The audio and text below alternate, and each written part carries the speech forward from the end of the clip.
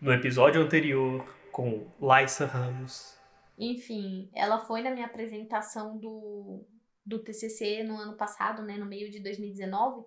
Ela já estava em vias de entrar no mestrado, já tinha entrado, se eu não me engano. Ela entrou direto, né? Terminou e entrou. Então ela sempre brincava comigo, nossa, esse semestre eu vou terminar na base do ódio, porque eu fiquei, acho que 1 ano falando isso, assim, todo fim de época de prova e fim de semestre. Mas realmente tive essa infelicidade por causa dessa confusão, né, da pandemia. Mas conta como é que foi. Tudo bem que foi uma disciplina, né, que você fez. olha, galera, foi um puta rolê. Isso daria um podcast inteiro só pra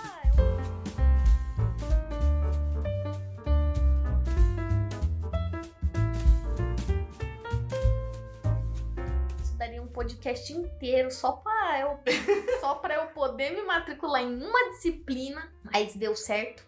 Obrigada, Raquel, que é a fodona lá do serviço de graduação. Não, mas explica aí como é que foi a diferença de dinâmica, como é que foi fazer uma disciplina Gente, para quem fez uma graduação presencial inteira e só bem na reta final fazer uma à distância. Olha, eu não tive tantos problemas assim com tecnologia, porque, né, meu apelido na faculdade é hashtag.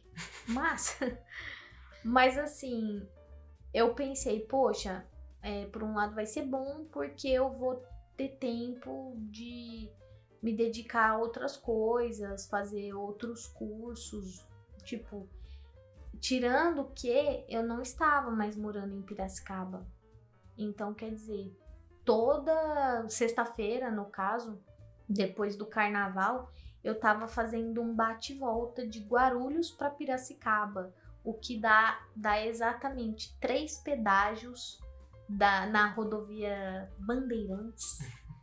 E aproximadamente da minha casa até a faculdade, acho que, se eu não me engano, dá 179 quilômetros. Então, multiplicado por 2, eu rodava por sexta-feira mais de 350 quilômetros praticamente. Até porque eu oferecia carona, né, por uma plataforma. Então eu fazia um desvio no meio do caminho, né? Quando eu chegava em Piracicaba, eu deixava as pessoas em um outro ponto que não era a minha faculdade.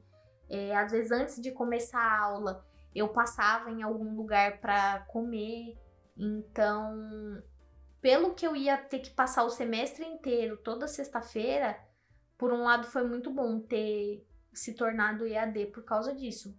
Porque não ia ter condições de eu morar em Piracicaba e, tipo, gastar horrores por causa de uma disciplina que era numa sexta-feira à noite, sabe? Não que isso seja um desdenho, né? Mas eu achei que foi positivo por causa disso, mas como nenhum professor, né, lá com seus 200 doutorados, que não sabe ligar um projetor, não sabe ligar um projetor, você imagina usar uma das plataformas disponibilizadas pela universidade, sabe? Então, a USP, assim, ela tem bastante recurso nesse sentido. Tem o Moodle, né? É o Moodle USP. Todas as universidades têm o Moodle, mas é o Moodle sei lá o que, sabe? Sim. Então, tem o Moodle da USP que eu usei, sim, desde o meu primeiro semestre da faculdade, mas não eram todos os professores que utilizavam. Então, às vezes, meio que ficava restrito a 2 departamentos utilizarem essa plataforma. E outros professores optarem por enviar os arquivos por e-mail, ou você copiar lá na hora com pendrive. Nossa, isso ou é foda. Porque nem todo mundo tinha pendrive. Então, no final das contas, uma pessoa copiava e repassava para as outras. Nossa, eu lembrei de um negócio muito foda que rolava quando eu fiz economia na faculdade, a disciplina no curso de jornalismo e não o curso de economia. Minha professora, ela sempre passava, tipo assim, eu acho que era uma das professoras que mais tinha um certo vínculo com tecnologia, assim. Aí, então, antes das aulas dela, tipo assim, na próxima aula a gente vai ver tal assunto, vou mandar um texto para vocês. Aí ela mandava o texto, não pela plataforma interna da faculdade, não por e-mail, mas ela criava um grupo da sala no Facebook. E isso era foda. Nossa. Porque, assim, gente, Facebook, a galera que tá na faculdade hoje não usa mais Facebook. Exatamente, Facebook, eu nem tenho Facebook. Facebook virou assim, a galera de 35 mais tá usando Facebook. Então, assim, é muito tenso. Agora tem que ser o TikTok. Mentira. Imagina fazer um grupo no TikTok, assim, a professora fazendo uma aula de economia, passando uns slides naquele Chrome que cagado, assim. Mas sei lá, eu acho que, tipo assim, por um lado é muito bom você ter essa uniformização de plataforma, sabe? Eu acho que facilita pra todo mundo. Mas é foda quando o professor ele tem um certo bloqueio, assim, sabe? Tipo assim, não, eu não quero tipo assim, me prontificar a aprender uma plataforma nova. Isso eu acho tenso, isso eu acho muito foda. Mas aí acaba, conta aí, e o resto aí? Aí a galera não queria cada um usava de um jeito, mandava no WhatsApp. Cada um mandava de um jeito, né? A disciplina era tocada de formas malucas por cada professor. Então era bem confuso, porque tinha professor, por exemplo, que tinha um site no Wix com as disciplinas que ele lecionava nos departamentos e com os arquivos de aula. Ok, estava até organizado, porque era meio que linkado com o grupo de estudo dele, assim, o de estágio, né? Grupo de extensão. Mas era uma zona e tudo ficava perdido e era bem melhor os professores que utilizavam o Moodle. Só que muitos professores da minha unidade realmente são professores do período Cretáceo. Então, assim, são ex-alunos da unidade que acabaram escolhendo a vida, né, para lecionar e continuaram naquele inferno, digo, universidade. E eles não são muito, assim, da área, assim, da tecnologia. Até, às vezes, para um professor mandar um e-mail, ele pedia para a secretária do departamento comunicar alguma coisa. Então, era bizarro isso. Já Então, vi em anos recentes, diria meses recentes, eu já vi professor preenchendo formulário online, preenchendo ele todo, imprimindo e enviando o resultado do formulário não, para onde devia ser enviado. é difícil. Mas, enfim, e aí, o que aconteceu? A disciplina que eu estava fazendo, primeiro que ela tinha prática, né? Tipo, ia ter laboratório. Ela é Então, jovem, né? Ela tem menos de 30, então. hã? A professora tem menos de 30, então ela sabe usar a tecnologia. Não, não, o que você tá falando? Eu tô falando que a disciplina que eu ia fazer, que eu fiz, ela tinha práticas de Eu achei que a laboratório. professora tinha a prática de lidar com aquilo. E aí, o que aconteceu? Óbvio, com a pandemia não ia ter mais isso. Então, o que foi acordado? Porque a metade da disciplina ia ser um professor e a outra metade essa professora. Na parte do professor, meio que ele já tinha acabado, e aí a gente viveu um limbo. Adoro a palavra limbo. Tudo eu uso limbo. A gente viveu um limbo de quase um mês, assim, aproximadamente, que foi o período que a USP deu para todos os professores reorganizarem, reestruturarem as disciplinas e escolher uma das plataformas, seja o G Suite, né, do Google, porque eles pagam, ou o Moodle, ou sei lá, para eles poderem disponibilizar, sei lá, slides, videoaulas. Os professores começaram a se organizar, mas só que você pensa, teve disciplina que, por exemplo, cálculo, pelo menos eu não sei como funciona isso em outras unidades ou universidades. Lá, o cálculo óbvio, você levava a calculadora científica, né, tal, só que tinha professor que, real, não deixava você usar a calculadora científica no dia da prova. Quer dizer, você aprendeu na científica durante o semestre todo, mas durante a prova você tinha que levar aquelas calculadoras da China, que era só um botãozinho verde e os números, sabe?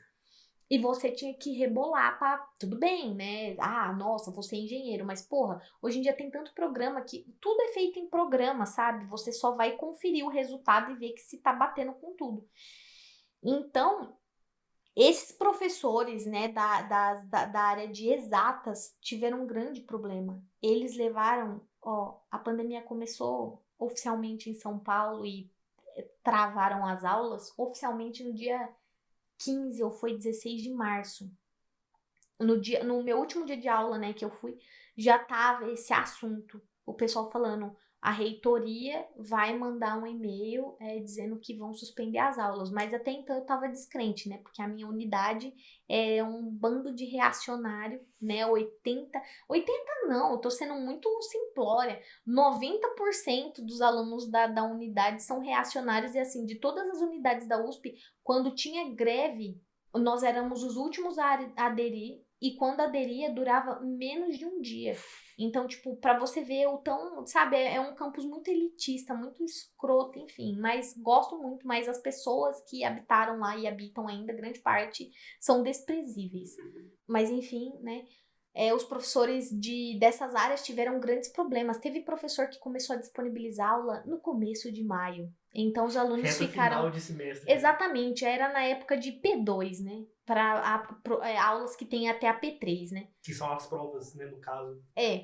Pra quem não conhece a Pra quem não conhece, P1, P2 e P3 seriam provas que são distribuídas ao longo do semestre. Então, assim, ficou muito apertado pro pessoal, sabe? E como eu percebi também pelos e-mails que eu recebia da graduação, né, da diretoria da graduação, que estava começando a ter uma evasão muito grande dos alunos que tinha recém-matriculado, né? Imagina, você entra na universidade, as aulas oficialmente começaram depois do carnaval, né? Então já era bem no final de março. A galera, gente, ficou o quê? 3 semanas morando em Piracicaba.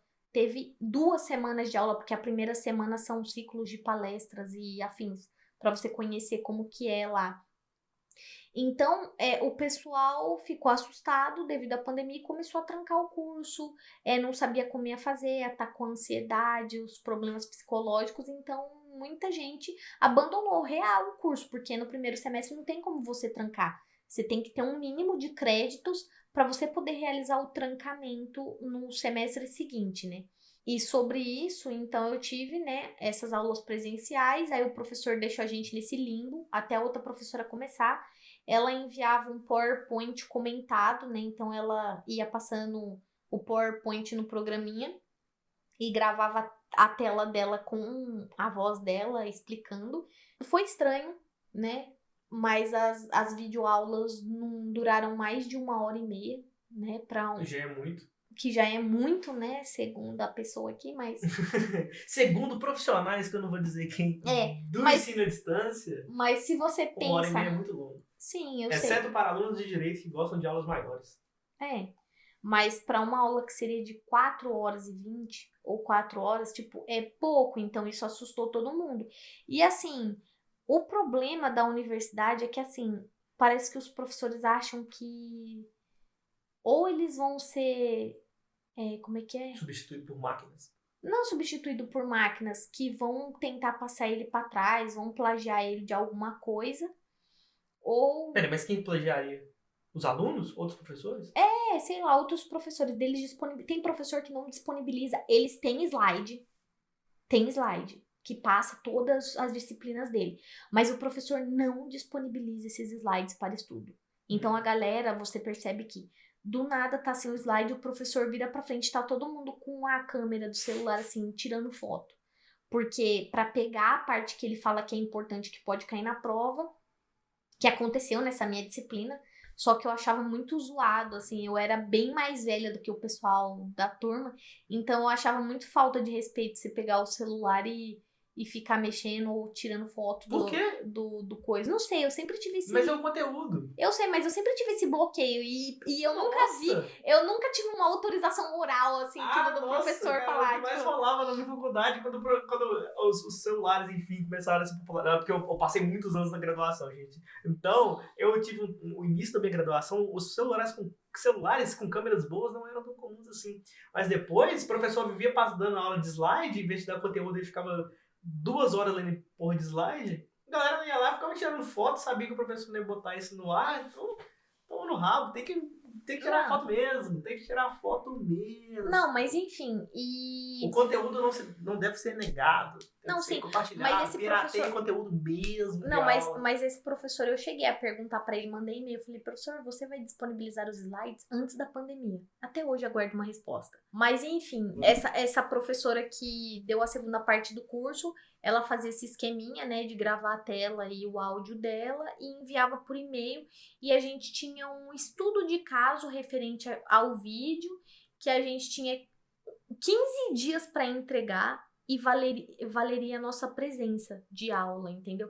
Que era um jeito dela saber se a gente estava assistindo as videoaulas e para marcar como se fosse uma presença, né? Porque senão é aquilo, ninguém assiste nada, ninguém vê nada, ninguém tira dúvida de nada. Chega no final do semestre, a gente não sabia se a pandemia ia ter passado ou não.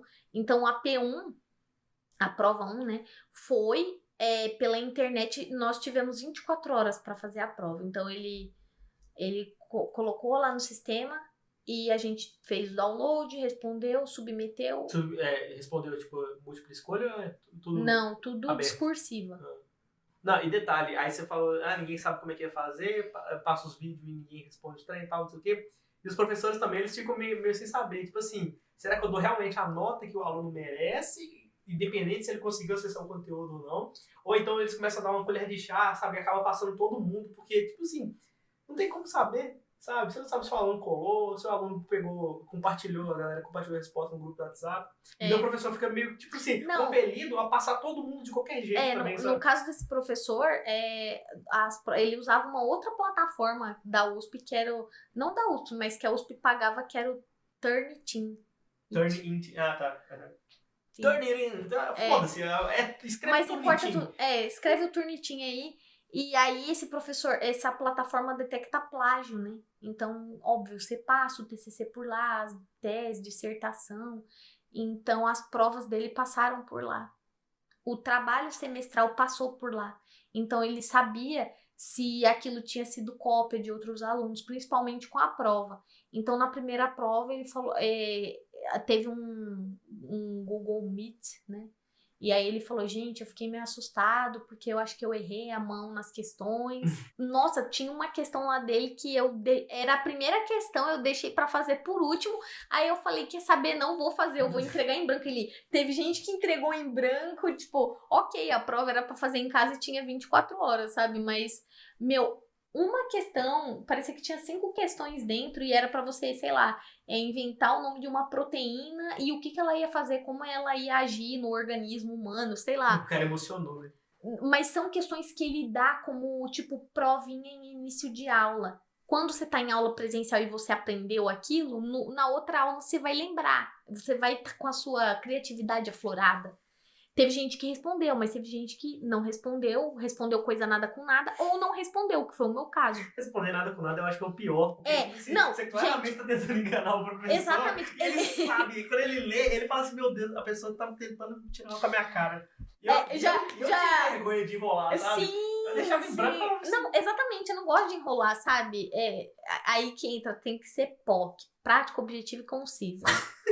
Então, eu sou e sem falar, se você faz sua prova e deixa em branco em vez de enrolar, você sai da prova mais cedo também. Não, mas não tem isso, né? Porque eu entreguei a prova de madrugada do mesmo jeito, mas eu tô falando assim, se fosse presencial, em situações normais... Ah, tá, isso eu fiz muito na graduação, né? O quê? De deixar em branco ou de enrolar? Não, de deixar em branco. Ah, tá. É o mais viável. Não, tipo assim, é outra coisa também, sabe? Que daquela minha integridade, né? Minha moral... ilibada. Se eu não sabia uma questão, gente, prefiro 1000 vezes entregar em branco a prova e depois o professor me chamar num canto e falar o que aconteceu, que isso também já aconteceu, do professor querer conversar e saber o que rolou, por que você não respondeu, sendo que você sabia e tal, do que você enrolar o professor, porque o professor sabe quando você está enrolando. E assim, quando eu fui monitora também, eu acompanhava as atividades semanais, eu corrigia algumas, eu que monitorava as coisas, literalmente. Então, eu sabia quando a galera tava enrolando. Então, quando eu olhei a prova, que foi em grupo, sabe? A prova foi em grupo. Olha que coisa mais fácil, sabe? Tinha gente meio que colando, pegando texto colado, assim, do Wikipedia, sabe? Tipo, a pessoa pesquisou no celular, óbvio, porque você tinha acesso à internet, mas, sabe? Pô, deixa sem responder, sabe, cara? Tipo, é muito mais orgulhoso você dizer, não soube responder, não sei. Seja honesto sobre a sua ignorância. Seja honesto, sabe? Então, assim, às vezes eu acho que, por isso que eu falo, às vezes eu era, ao mesmo tempo, eu acho que um pouco certo, assim. Então, esse professor falou que ele errou a mão. E aí começou até a discussão de como seria a P2, né? Porque a prova 1, né? P1, ela já foi aplicada no meio de junho, quando era pra gente estar fazendo a prova 2 e finalizando o semestre. E nisso a universidade refez o calendário umas 2 vezes. Aí o final do semestre, já contando com a recuperação, ia ser, sei lá, dia 13 ou era 14 de julho. Eles jogaram essa data para agosto, tipo, aumentou em um mês o semestre e ficou tudo essa nuvem, assim, né? Essa nebulosidade. Então o professor não sabia, ele não queria dar a prova 2 online de novo, mas ele perguntou: caso isso ocorra, como vocês gostariam que fossem?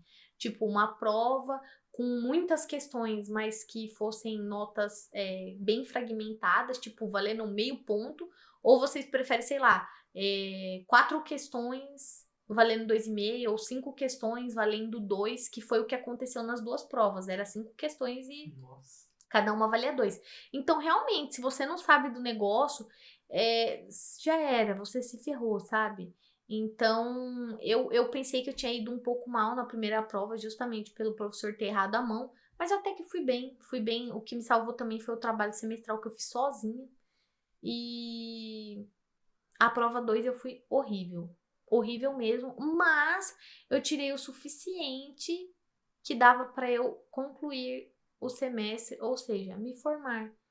E é isso. Aqui estou mais um dia, sob o olhar sanguinário do vigia. Exatamente. É isso aí. Mas agora é isso. Aí saiu, né? O fatídico e-mail de colação de grau vai ser virtual, né? O que é muito estranho também, porque nunca tinha visto colações virtuais. Enfim, acho que vão passar uma foto nossa na hora que seria chamar o nome, né? Não sei. Eu já andei vendo umas colações de grau aí, que Ai, é ridículo. todo mundo fica aparecendo no Zoom. Aí a primeira de todas foi tipo assim, na hora do juramento, todo mundo falou ao mesmo tempo. Aí fica... Então ficou, eu prometo, e aí fica aquela coisa. Aí na segunda vez, ficou uma pessoa por curso, né? Uma pessoa representava a turma inteira na hora de falar o juramento. Ok, mas aí deu muito tempo, fica aquela coisa tipo assim, sabe? E o negócio é que a galera não sabe configurar o Zoom e fica, as janelas sempre fica no foco de quem tá fazendo mais barulho. Então, às vezes, tem um arrombado mascando chiclete ou bater na mão no fone, e a câmera fica nessa pessoa, sendo que ela não é importante para a formatura como um todo. Aí, mas eu achei essa ideia da foto criativa. Talvez seja isso. Talvez também não, eles né? eu acho que vão fazer, óbvio, online, né? No YouTube, ao vivo, né? No caso. Online vai ser e On the line. vão chamar os nomes e colocar, acho que ampliar a foto. Tipo, vão fazer um painel com todas as fotos. Não sei se projetado ou não, porque eles falaram meio que instituíram como tem que estar todo mundo na foto. Não, mas projetado em algum lugar? Talvez numa parede, não sei, porque não são muitas pessoas. Mas pode só botar isso online, assim, aparece na tela. Não precisa projetar. Eu não sei, porque vai aparecer uma pessoa falando, entendeu? Eu não sei. Mas ele só dá um alt tab lá e... saberei isso no final de... Só no dia. Só no dia, que é quase no final de agosto. Que pode já ter passado também, dependendo de quando esse podcast for ao ar. Ou então, dependendo de quando as pessoas estiverem ouvindo. Mas é isso, assim, eu acho que foi complicado, mas essa professora, no final, já tinha lançado nota, fechado tudo, mas ela abriu pra todo mundo conversar com ela. E ela tirou dúvida das provas, falou se alguém quisesse corrigir de novo, aí ela falou, mas quem pedir, se eu ver que tem mais erro, eu vou diminuir a nota, né? Então, melhor não. Mas ela falou que todo mundo foi uma cobaia, né? Porque... tanto os alunos quanto os professores, né? Exatamente. Então, agora, os professores tendo testado como funciona essa questão de aulas online, se as aulas serão ao vivo ou não. Ao vivo? Não sei. Eu tenho um negócio com ao vivo. Que esse do ao vivo tem a questão de você tirar a dúvida na hora e ver se os alunos vão estar lá presentes vendo, e você pode realmente dar falta para quem não estiver Mas o que é injusto, porque tem aluno que não tem acesso à internet, ou não tem um notebook, enfim. Às vezes tem um notebook e não tem a internet boa, sabe? Às vezes mora com mais gente, tipo assim, tá todo mundo em casa fazendo coisas na internet. Aí não tem como. Aí ele vai ficar com aquela conexão de 3G do caralho. Mas ela falou que a partir disso, assim, já realizaram a graduação, né, da minha unidade, já realizou várias pesquisas no Google Formulários com professores e com alunos agora para ver o que foi bom, o que foi ruim, o que pode melhorar. Massa. Vários centros acadêmicos, né, perguntaram, fizeram esse levantamento também socioeconômico dos alunos, dos problemas enfrentados na pandemia. Tanto é que uma das questões que tinha nesse formulário era quais eram as suas atividades do cotidiano. Óbvio, todo mundo tá na sua casa, então tava lá. Se você cuida de um idoso, de uma pessoa com mobilidade reduzida, se você cuida de criança, se você trabalha, aí tem lá os horários de trabalho, o que caracteriza estágio ou CLT. Então, para eles também traçarem o perfil do aluno, porque teve professor do meu curso, né, que tava errando a mão demais. Passando, realmente o professor tava dando coisa para 4 horas de aula, mais umas 2, 3 horas além do horário da aula, para você fazer trabalho e entregar na próxima semana. Isso é foda porque, tipo assim, já tá errado, porque a proporção é 1 hora de aula presencial nunca vai ser igual 1 hora de vídeo. Na aula presencial você tem pergunta de aluno, você tem interrupção, a pergunta do aluno ela pode mudar o rumo de sua aula. Como é que você gravando um vídeo sozinho, beleza, mesmo que for online, mesmo que for online não, mesmo que for ao vivo, mas eu acho que ao vivo nem tanto, mas tipo assim, você vai gravar um vídeo, o vídeo não pode ter 1 hora pra se comparar a 1 hora de aula, não. Gente, esse é conteúdo pra caralho, assim, infinito. Daquela, só uma dica, e a aula era do quê? Direito, né?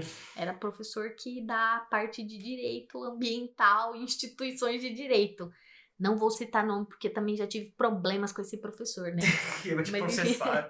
Não, problemas no sentido de, tipo, enfim, eu senti uma perseguição da parte dele, assim, na sala de aula. Mas eu passei.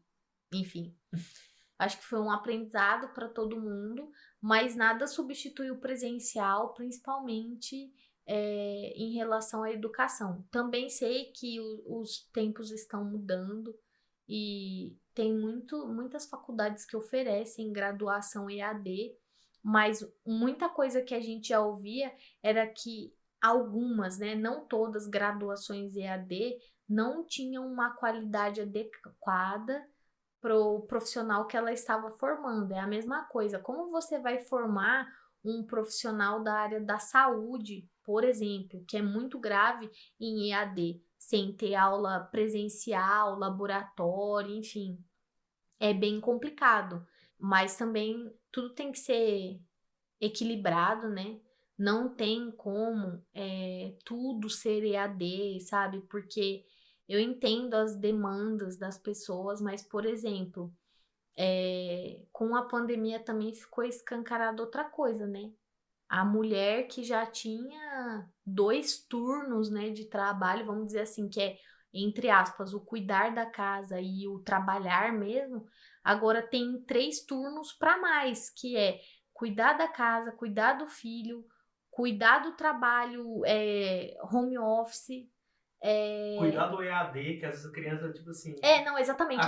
O cuidar da criança entra a questão do cuidar da criança mesmo, de você estar sendo o tutor dela, e também a questão de você acompanhar o EAD da criança e ensinar ela. Então, assim... Isso levando em consideração uma criança, né? Você imagina quem tem 3 filhos. E outra coisa que ficou também escancarada com a pandemia foi a questão da desigualdade e acessibilidade para educação de pessoa com vários espectros de autismo. Que mais? Às vezes a mulher era dona de casa, mas, né, colocava a criança para ter uma vida social, né, na escola, enfim. Essas crianças não estavam recebendo atividades e sem nenhum suporte do governo ou da prefeitura. Isso eu estou dizendo do caso de São Paulo, mas isso pode ser a nível Brasil. Então, você imagina, teve uma reportagem que eu vi que a mãe era, né, a mulher era mãe de 2 crianças autistas. E imagina a dificuldade dela de cuidar da casa, tentar cuidar dos Conciliar os filhos. horários dos filhos também. Porque também é tudo muito diferente, né? E também o que mais? Tem a questão de. Ah, também da alimentação, né? Que outra coisa que ficou muito escancarada, que já se falava era, realmente tem crianças que vai para a escola, além de aprender, para se alimentar.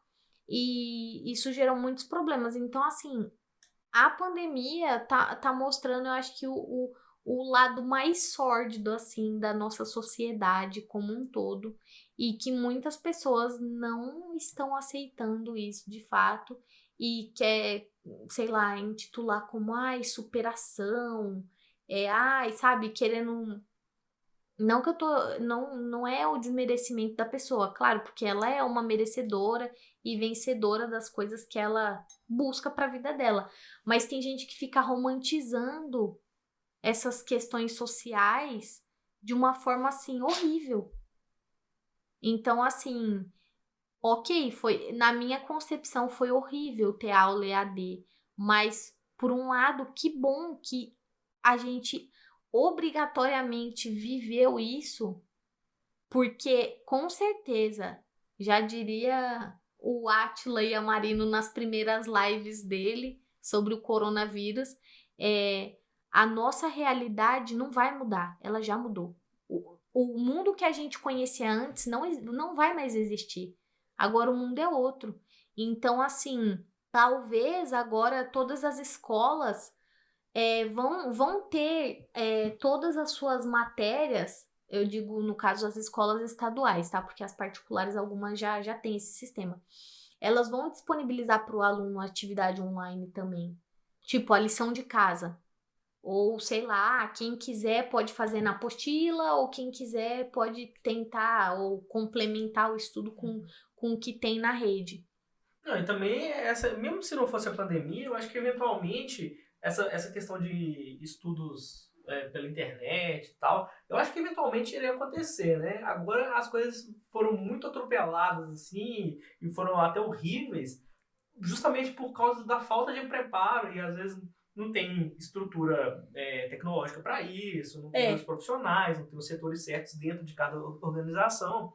Então você imagina, tipo assim, deve ter sido completamente caótico mesmo, assim, os alunos às vezes nem sabiam se existia dificuldade até o final do semestre.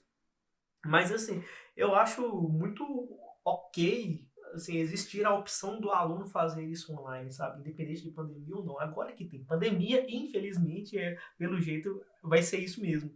Mas No começo, no começo da pandemia, antes de todos esses problemas escancarados, o nosso estilo, né, o nosso interior tava só o Cid da Era do Gelo. A gente vai morrer!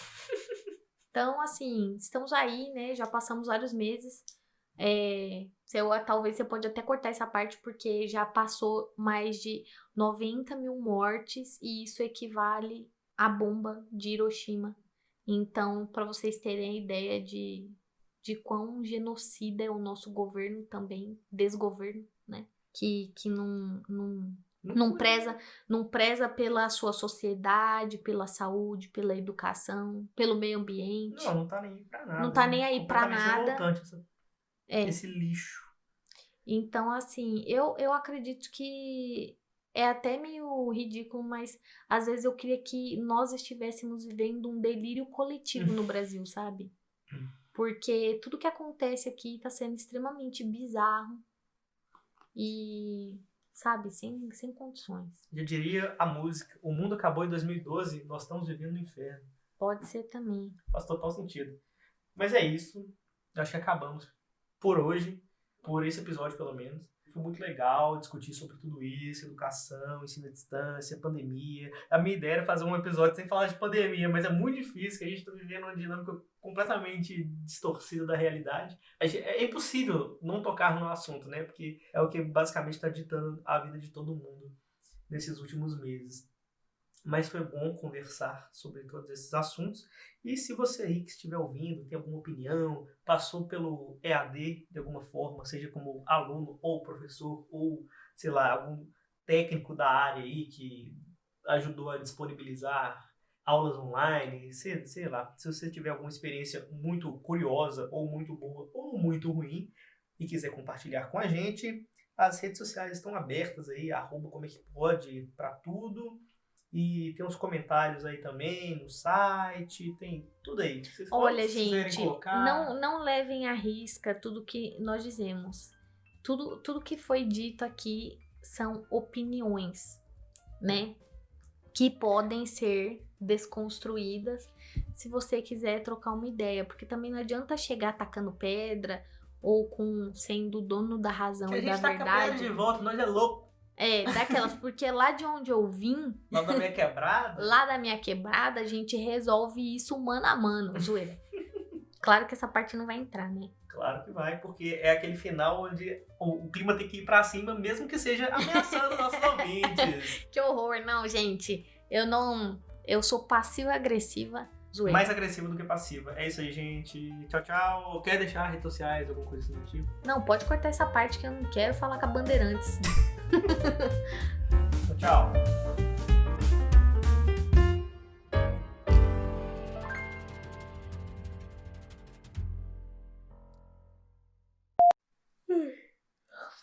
Tô com sono. Tô vendo. E perdi já uma parte da minha novela. Enfim.